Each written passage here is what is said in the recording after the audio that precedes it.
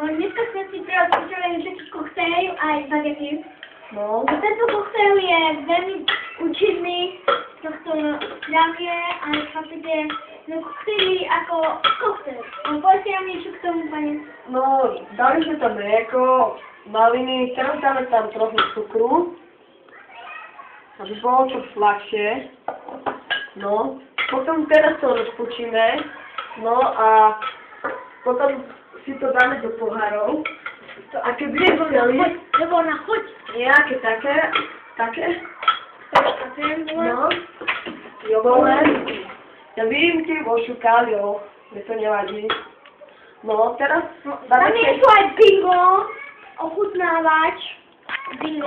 No ano, jak to ochutnávat. Já teda tu makrel. A teraz musím dávat, že to je lepší on či já. No.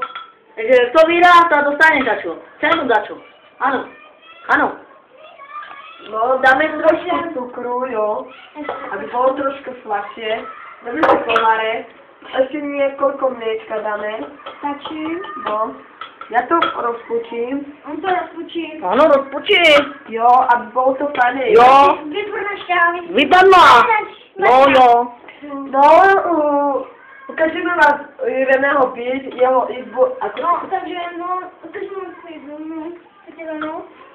Tak, svůj izbu, no. Nejmenovanou. Zabudu vám teraz čas, ale... No, to mi tady dostám. Takže, chcete no? No, tak tu je... To je rychlý počítač. Dobrý. Dobrý. Skvělá. Kopírovačka, no. Kropidovačka. No, vidíte. Tak. Dobré. Jdeme na varaně. Dobrý, jdeme na vareně, no. Co teda? Chcete robíme bagety, aj? Šťavu. Robíme bagety, až na druhý díl zrobíme bagety. Ano. Zítra nás čekají na bagety, ale dneska zatím robíme náš koktejl. Uvidíme, Ano. ako se to Lišovi darí. Takže pane Lišo, darí se vám to. ano, pán Billy. Máme tu trošku neporiadok, ale nevadí. Ale my to prostě najdeme tu My to pracujeme. Utierku tu máme. Utierke to. No a už máme zrobený náš koktejl. Koktel. A potom co to potom urobíme? Dobré. A potom co to robíme?